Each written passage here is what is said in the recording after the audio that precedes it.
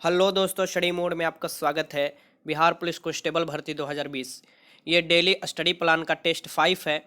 मैं आपको 5वें दिन जो स्टडी प्लान दिया था उससे रिलेटेड आपको टेस्ट ले रहा हूं। आप कितने अच्छे तरीक़ा से पढ़ाई किए हैं आज पता चल जाएगा। तो सभी क्वेश्चन ध्यान से देखिएगा और लगाइएगा। और आपको पता है कि ये सभी बैकलॉग है, जो बचा हुआ टेस्ट उसे मैं जल्दी जल्दी ख़त्म करा रहा हूँ। और डेली 3 बजे, याद रखिएगा, डेली 3 बजे भी अपलोड हो जाता है जो स्टडी प्लान मैं देता हूँ। और ये जो अभी टेस्ट है ये बचा हुआ टेस्ट है, ठीक। सारा टेस्ट का प्लेलिस्ट बन चुका है, वहाँ से देख सकते हैं। और जितना जल्दी हो सके मैं बैकलॉग भी खत्म कर दूंगा, और जो डेली टेस्ट होता है 3 बजे वो भी लगाते चलिएगा। चलिए देखते हैं कि 5वें दिन का कितना अच्छे तरीक़ा से आप पढ़ाई किए थे। क्वेश्चन शुरू से लेकर अंत तक लगाइएगा और अपना स्कोर भी बताइएगा, ठीक। पहला क्वेश्चन है कि हर्यक वंश के किस शासक को कुड़िक कहा जाता है। हर्यक वंश के किस शासक को कुड़िक कहा जाता है ये आपको बताना है। तो ये इसका नाम अजातशत्रु है। अजातशत्रु हो जाएगा आंसर। ये देखिए, इनका अजातशत्रु के पिता का नाम था बिंबिसार, और ये अपने बिंबिसार को हत्या भी किए थे, ये भी याद रखिएगा, ठीक। तो ये पितृहंता भी इन्हें कहा जाता था। मैं इसके पिता को अपने हत्या किए थे, ये भी याद रखिएगा। कुड़िक इनका बचपन का नाम था। अजातशत्रु हो जाएगा पहले के आंसर, ये याद रखिएगा। आगे चलते हैं। क्वेश्चन नंबर 2 है कि किस शासक ने गंगा एवं सोन नदी के संगम पर पाटलिपुत्र नामक नगर की स्थापना की। तो गंगा, आपको पता है कि गंगा और सोन के जो संगम है वहां पर पाटलिपुत्र, अभी का जो पटना है, स्थित है। इस नगर की स्थापना किसने की थी ये आपको बताना है। क्वेश्चन बार बार आता है, तो इनका आंसर हो जाएगा उदयन। उदयन हो जाएगा इसका आंसर, ठीक। उदयन ने स्थापना की थी पाटलिपुत्र, जो कि सोन और गंगा के संगम पर स्थित है, ये याद रखिएगा। आगे चलते हैं, तो दूसरे के आंसर क्या हो जाएगा, सी हो जाएगा। क्वेश्चन नंबर 3 है कि 323 ईस्वी पूर्व में सिकंदर महान की मृत्यु हुई थी। यहाँ पर महानु नहीं होगा, ये महान होगा। 323 ईस्वी पूर्व सिकंदर महान, और ये भारत पर आक्रमण जो किया था ये 326 ईस्वी पूर्व में किया था, ठीक, सिकंदर। और उसके बाद ही इनका मृत्यु हुआ था। ये कहाँ पर हुआ था, आपके सामने ऑप्शन है, सभी ऑप्शन देखकर क्वेश्चन लगाना है। ये देखिए, आपको चारों में ऑप्शन दिखा दिया, ठीक। यहाँ पर देखिए, इसका मृत्यु जो हुआ था यह लौटते समय बेबीलोन में हो गया था। कहाँ पर हुआ था, तो बेबीलोन में हुआ था, ठीक। सिकंदर के पिता का नाम फिलिप था, राजा फिलिप के बेटा सिकंदर था, यह भी याद रखिएगा। क्वेश्चन नंबर 4 है कि नंद वंश के संस्थापक कौन था। नंद वंश प्रतापी वंश था, आपको शक्तिशाली भी माना जाता है इसके शासकों को। तो ये नंद वंश के जो संस्थापक माने जाते हैं, यहाँ महापद नंद माने जाते हैं। कौन, महापद नंद माने जाते हैं आपको, नंद वंश के संस्थापक। और जो इसके लास्ट थे, इसके अंतिम जो शासक थे, ये घनानंद थे। और इन्हीं को ही चंद्रगुप्त मौर्य ने आपको पराजित किया था, क्योंकि घनानंद के ही दरबार में गए थे चाणक्य, जिसे हम लोग कौटिल्य भी बोलते हैं, या विष्णुगुप्त, तो उनको बेइज्जती किए थे ये घनानंद। और उसी समय आपको चाणक्य ने बोला था कि मैं आपकी पूरा खत्म कर दूंगा, ठीक, साम्राज्य को ही। तो उन्होंने खत्म किया था आपको चंद्रगुप्त की सहायता देकर, और ये घनानंद ये लास्ट शासक था नंदवंश का, ठीक, ये याद रखिएगा। तो 4 के आंसर क्या हो जाएगा यहाँ पर, ये हो जाएगा सी, नंदवंश के संस्थापक पूछ रहा था। क्वेश्चन नंबर 5 है, ग्रीक या यूनानी लेखकों द्वारा किसे अग्रमिज या जेंड्रमिस कहा गया है। जेंड्रमिस या अग्रिस दोनों कहा गया है, ये ग्रीक यूनानी लेखकों द्वारा। इसमें से किसे कहा गया है ये आपको बताना है। क्वेश्चन देखिए आपके सामने है, तो ये कहा गया है आपको घनानंद को। घनानंद को क्या कहा गया है, अग्रिमिज कहा गया है या जेंड्रमिस कहा गया है, ठीक, ग्रीक यूनानी शासकों द्वारा। आगे चलते हैं। क्वेश्चन नंबर 6 देखिए, यहाँ पर काला अशोक का भी नाम आया हुआ है। यह सबसे पहले मैं आपको बताते चलूं कि कुछ बौद्ध संगीतियाँ, जैसे जैन धर्म बौद्ध धर्म में तो मैं आपको बताने वाला हूँ।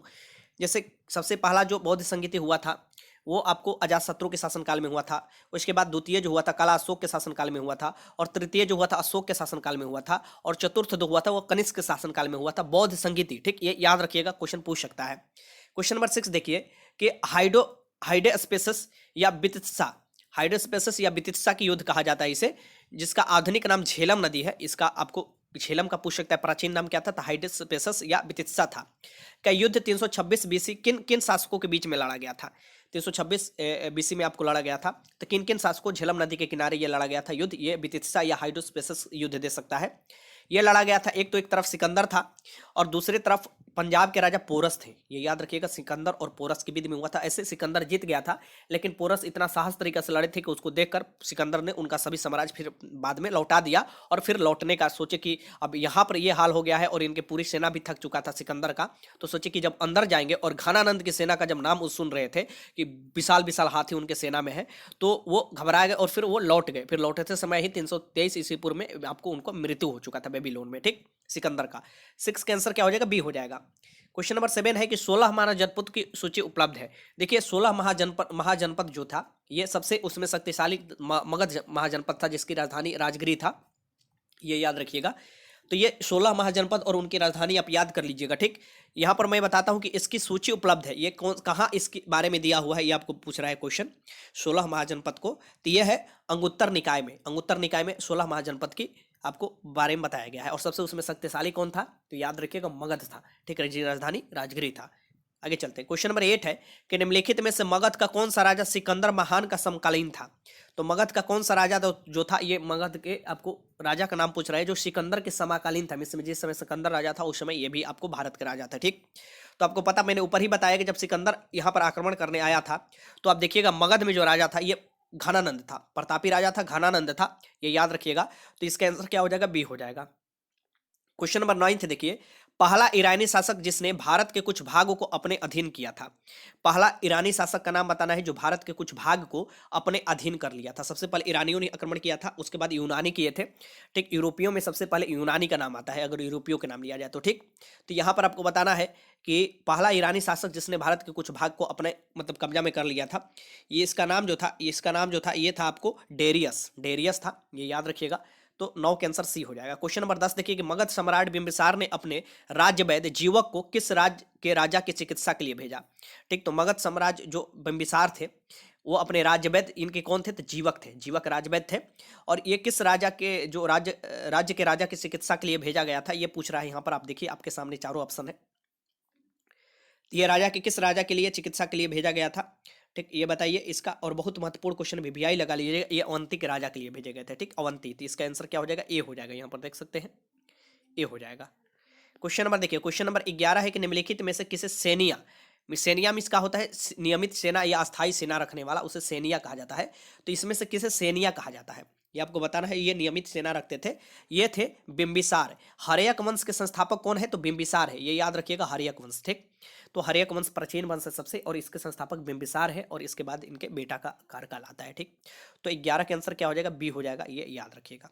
क्वेश्चन नंबर 12 देखिए कि विश्व के पहला गणतंत्र वैशाली में किसके द्वारा स्थापित किया गया। विश्व के सबसे पहला गणतंत्र पूछे तो हमारा ही भारत का वैशाली गणतंत्र था, ये याद रखिएगा। यह गर्व करने वाली बात है क्योंकि विश्व के सबसे बड़ा अभी लोकतंत्र जो है वो भारत है, ठीक। और विश्व के सबसे बड़ा लिखित संविधान भी भारत के पास ही है, ठीक, विस्तृत और लिखित संविधान।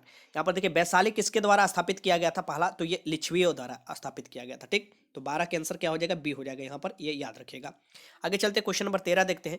क्वेश्चन नंबर 13 है कि सुंदरवन डेल्टा का निर्माण करने वाली नदी। देखिए नदी के बारे में दिए थे, ठीक। और मैंने आपको बता दूं कि नदी के बारे में आगे भी जो स्टडी प्लान दिया उसमें भी कराया हूं। तो नदी कौन सी निर्माण करती है, ये जो सुंदरवन डेल्टा है, ये विश्व की सबसे बड़ी डेल्टा है, और इसके जो निर्माण करता है ये गंगा और ब्रह्मपुत्र नदी मिलकर निर्माण करता है, ठीक। ये याद रखिएगा, मैंग्रोव वन यहीं पर सबसे ज्यादा पाए जाते हैं, तो ये याद रखना है आपको, ठीक। तो 13 के आंसर क्या हो जाएगा, बी हो जाएगा। क्वेश्चन नंबर 14 देख लेते हैं, क्या कह रहा है कि सिंधु नदी का उद्गम स्थल है। सिंधु नदी का उद्गम स्थल है, ये आपको बताना है। सिंधु नदी का उद्गम स्थल है, सिंधु नदी पाकिस्तान का जीवन रेखा माना जाता है, ठीक। और सिंधु नदी के जो पानी का भी बंटवारा पाकिस्तान और भारत में हुआ है। तो सिंधु नदी का जो उद्गम स्थल है, इसके जो ट्यूबिटरी का आपको लेकर हुआ है, तो आपको बताना है, ठीक, कि सिंधु नदी का उद्गम स्थल कौन सा है, तो ये मानसरोवर झील के पास से, ठीक। तो मानसरोवर झील हो जाएगा, ठीक। ये 14 का आंसर ए हो जाएगा। क्वेश्चन नंबर 15 है कि निम्नलिखित नदियों में कौन अपने मार्ग में परिवर्तन करने के लिए कुख्यात है। एक बात मैं बता दूं कि सिंधु जो नदी है ये ऋग्वैदिक काल में भी इसका वर्णन है, सबसे ज्यादा वर्णन है, ठीक। और सबसे पवित्र जो है ये सरस्वती नदी को माना जाता था ऋग्वैदिक काल में, ठीक। तो ये भी पूछ सकता है क्वेश्चन। निम्नलिखित नदियों में कौन अपने मार्ग में परिवर्तन करने के लिए कुख्यात है, मार्ग परिवर्तन करने के लिए, और बिहार से है तो ये तो आप जान ही रहे होंगे, बिहार के शोक के नाम से भी इस नदी को जाना जाता है, बाढ़ बहुत लाता है उत्तरी बिहार में। तो ये कोसी नदी है, कौन है, कोसी नदी, ठीक। ये याद रखिएगा। दामोदर को पहले पश्चिम बंगाल के शोक नदी के नाम से जाना जाता था, ठीक। और जो गंगा नदी है ये भारत की सबसे लंबी और बड़ी नदी है, ये याद रखिएगा, गंगा नदी। आगे चलते हैं, क्वेश्चन नंबर 16 है कि वेन गंगा और पैन गंगा किसकी सहायक नदी है। तो वेन गंगा और पैन गंगा किसकी सहायक नदी है, ये आपको बताना है। तो वेन गंगा और पैन गंगा जो सहायक नदी है ये दक्षिणी गंगा जिसे बोला जाता है, इसकी गोदावरी की सहायक नदी है, ये याद रखिएगा। 16 के आंसर क्या हो जाएगा, ए हो जाएगा, ये when Ganga pan Ganga. Question number 17 है कि कावेरी नदी का उद्गम स्थल है। जो कावेरी नदी है इसका उद्गम स्थल कौन सा है, ये आपको बताना है। तो कावेरी नदी का जो उद्गम स्थल है, कावेरी को क्या बोला जाता है, तो दक्षिण भारत की गंगा, दक्षिण भारत की गंगा बोला जाता है, क्यों? इसलिए क्योंकि जैसे भारत के उत्तरी भारत में गंगा जैसे सालों भर पानी रहता है और पवित्र मानी जाती है, वैसे दक्षिण में भी कावेरी ऐसी नदी है जो कि सालों भर पानी होता है। जैसे गंगा आपको हिमालय से निकलती है और सालों भर पानी रहता है, वैसे ही पश्चिमी घाट से निकलती कौन है? कावेरी नदी है, उसमें सालों भर पानी रहता है और पवित्र भी मानी जाती है, ठीक। इसलिए इसे दक्षिणी भारत की गंगा बोला जाता है। दक्षिणी गंगा गोदावरी को बोला जाता है। क्यों बोला जाता है? जैसे गंगा आपको लंबी है उत्तरी भारत में सबसे ज्यादा, वैसे दक्षिण में आपको सबसे लंबी नदी गोदावरी है, ठीक। आपको याद रखिएगा, परिद्वीपीय भारत की सबसे लंबी नदी गोदावरी है, इसलिए उसे दक्षिणी गंगा बोला जाता है, ठीक। तो कोई भी कंफ्यूजन नहीं है, ब्रह्मगिरी से निकलती है, ब्रह्मगिरी पर्वत से ये कावेरी नदी का उद्गम स्थल होता है, ठीक। ये 17 का आंसर ए हो जाएगा। क्वेश्चन नंबर 18 है कि भारतीय संविधान के कौन सी विशेष व्यवस्था इंग्लैंड से ली गई है? भारतीय संविधान में जो विशेष व्यवस्था है आपको कौन सी, तो यहाँ पर आपको पता ही है कौन सी व्यवस्था है, संसदीय प्रणाली है। तो भारत में जो संसदीय प्रणाली लिया गया है, ये आपको कौन से कहाँ से लिया गया है? तो ये इंग्लैंड से लिया गया है, ये ब्रिटेन से लिया गया है, यहाँ बोल सकते हैं। तो 18 के आंसर बी हो जाएगा। मूल अधिकार या मौलिक अधिकार जो संविधान के भाग 3 में दिया हुआ है, जिसे संविधान का मैग्ना कार्टा कहा जाता है, ये यूएसए के संविधान से लिया गया है, संयुक्त राज्य अमेरिका के संविधान से, ठीक। ये भी याद रखिएगा। आगे चलते हैं, सर्वोच्च न्यायालय वाला भी सिद्धांत यूएसए के ही संविधान से लिया गया है, ठीक। आगे देखते हैं, क्वेश्चन नंबर 19 है कि भारत के किस देश की संघीय व्यवस्था से अधिक समानता रखती है? जो भारत का संघीय व्यवस्था है ना, तो भारत का जो संघीय व्यवस्था है वो किस देश से समानता रखती है? किस देश की संघीय व्यवस्था थी? तो वो कनाडा के, देखिएगा कहाँ के? कनाडा के। याद रखिएगा, कनाडा के ही मॉडल पर जीएसटी जो हम लोग अप्लाई है, वो कनाडा के ही मॉडल पर अप्लाई है, GST, good and service tax, जो इनडायरेक्ट टैक्स है वो, ठीक। ये याद रखिएगा। और संघीय व्यवस्था भी है कनाडा के मॉडल पर ही है, ये याद रखिएगा। आगे चलते हैं, 19 का आंसर क्या हो जाएगा यहाँ पर? 19 का आंसर ए हो जाएगा। DPSP, DPSP directive principle of state policy, ये आयरलैंड के संविधान से लिया गया है, ये भी याद रखिएगा। आगे चलते हैं, क्वेश्चन नंबर 20 देखिए कि भारतीय संविधान में समवर्ती सूची की अवधारणा ली गई है। समवर्ती सूची जो है ये भारतीय संविधान में कहाँ से ली गई है, ये आपको बताना है। ये जो अवधारणा ली गई है समवर्ती सूची का, ये कहाँ से ली गई है? तो ये लिया गया है ऑस्ट्रेलिया के संविधान से, ऑस्ट्रेलिया के संविधान से। हमारे संविधान में 3 सूची होती है, और आपको केंद्र वाला सूची में इसकी संघ सूची, फिर राज्य सूची होता है, एक समवर्ती सूची होता है। संघ वाला में इसके केंद्र वाला सूची पर संघ वाला कानून बना सकते हैं, संसद बना सकता है। राज्य सूची पर राज्य कानून बना सकता है, संसद भी। अगर कानून की बात किया जाए, अगर दोनों में लड़ाई होता है तो आपको संसद का कानून प्रबल माना जाएगा, और समवर्ती सूची में राज्य भी बना सकता है और संसद भी बना सकता है, ठीक। लेकिन सबसे ज्यादा किसका माना जाएगा? अगर कोई भी ये होता है तो डिस्प्यूट, तो वो केंद्र वाला माना जाएगा। क्वेश्चन नंबर 21 है कि भारतीय संविधान में मौलिक कर्तव्य का विचार लिया गया है। देखिए, मौलिक कर्तव्य से जो जो क्वेश्चन बन सकता है मैं आपको बता देता हूं। जो मौलिक कर्तव्य का विचार लिया गया है, सबसे पहले ये यूएसएसआर के संविधान से लिया गया है। तो यूएसएसआर दिया रहेगा तो वही लगाइएगा, ठीक। क्योंकि अभी इसमें आप देखिएगा रूस के संविधान से, यहाँ पर डी तो लगा दीजिएगा, लेकिन ये रूस जो कब बना था? तो 1991 में जब विघटन हुआ था यूएसएसआर का, तब ये रूस बना था, सबसे बड़ा देश निकल कर आया था, ठीक। तो पहले यूएसएसआर कहलाता था, ठीक। तो हमारे संविधान में शुरू में मौलिक कर्तव्य नहीं थे। ये स्वर्ण समिति ने सिफारिश किया, इंदिरा गांधी स्वर्ण समिति बनाई, उन्होंने सिफारिश किया कि हमारे संविधान में एक मौलिक कर्तव्य का भी पाठ होना चाहिए। तो संविधान के भाग 4A में एक मौलिक कर्तव्य का पाठ जोड़ा गया, और आर्टिकल 51 के ए में अभी 11 मौलिक कर्तव्य है। पहले 10 मौलिक कर्तव्य थे, ये याद रखिएगा। पहले 11वां जो जोड़ा गया था, ये 2002 में जोड़ा गया था, ये ध्यान में रखिएगा, क्वेश्चन पूछ सकता है, ठीक। तो अब ये 11 मौलिक कर्तव्य है। और कब जोड़ा गया था? तो 42वें संविधान संशोधन 1976 में जोड़ा गया था। तो सभी सभी बात आपको याद रखना है, कहीं से भी क्वेश्चन पूछ सकता है, आराम से लगा लीजिएगा। क्वेश्चन नंबर 22 है कि भारतीय संविधान के निर्माण में सर्वाधिक गंभीर प्रभाव निम्नलिखित में किसने छोड़ा? जो हमारा भारतीय संविधान है, ये सबसे बड़ा विस्तृत संविधान है विश्व का, लेकिन इस पर माफ कीजिएगा, थोड़ा तबीयत खराब है तो आवाज भी देख रहे हैं कितना फंस रहा है। भारतीय संविधान के निर्माण में स्वार्थिक गंभीर प्रभाव निम्नलिखित में किसने छोड़ा था? ये आपको बताना है किसने छोड़ा। तो ये देखिए, ये जो छोड़ा गया था भारतीय संविधान पर आपको प्रभाव, ये भारतीय संविधान अधिनियम 1935 के जो अधिनियम है, इसके सबसे ज्यादा गंभीर प्रभाव पड़ा था। आपको पता है कि जो लास्ट वाला अधिनियम आया था 1935 के ही भारत में अधिनियम आया था, और वो लागू भी हुआ था।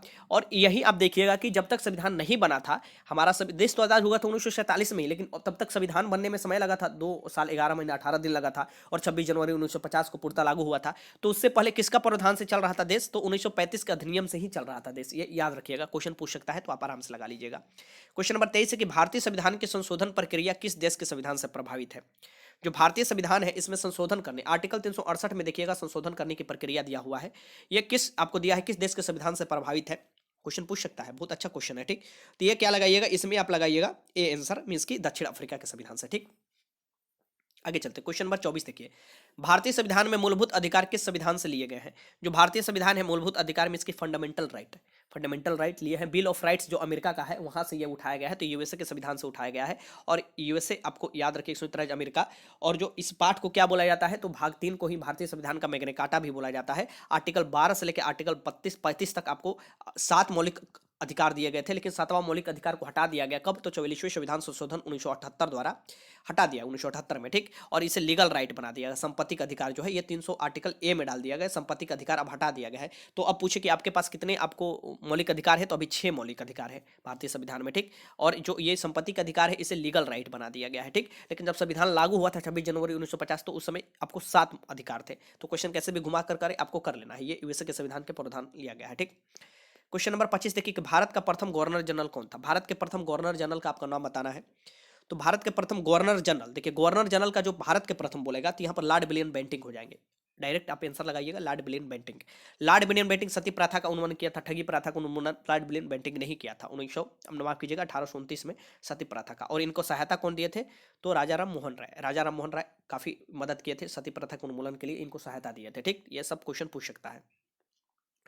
क्वेश्चन नंबर 26 है कि भारत का अंतिम गवर्नर जनरल एवं प्रथम वायसराय कौन था? भारत के अंतिम गवर्नर जनरल और प्रथम वायसराय, देखिए अंतिम गवर्नर जनरल पूछे और प्रथम वायसराय, क्योंकि अंतिम उस समय हो गए थे गवर्नर जनरल और वायसराय का पद स्टार्ट हो गया था, उस समय से वायसराय कहे जाने लगे थे, ठीक। तो इसका आंसर डायरेक्ट आप क्या लगाइएगा? इसका आंसर लगाइएगा सी, लॉर्ड कैनिंग। लॉर्ड कैनिंग, क्योंकि 1857 की क्रांति हुआ था ना, उसके बाद ये सब प्रधान बदला गया था, ठीक। ये याद रखिएगा। तो भारत के अंतिम गवर्नर जनरल कौन थे?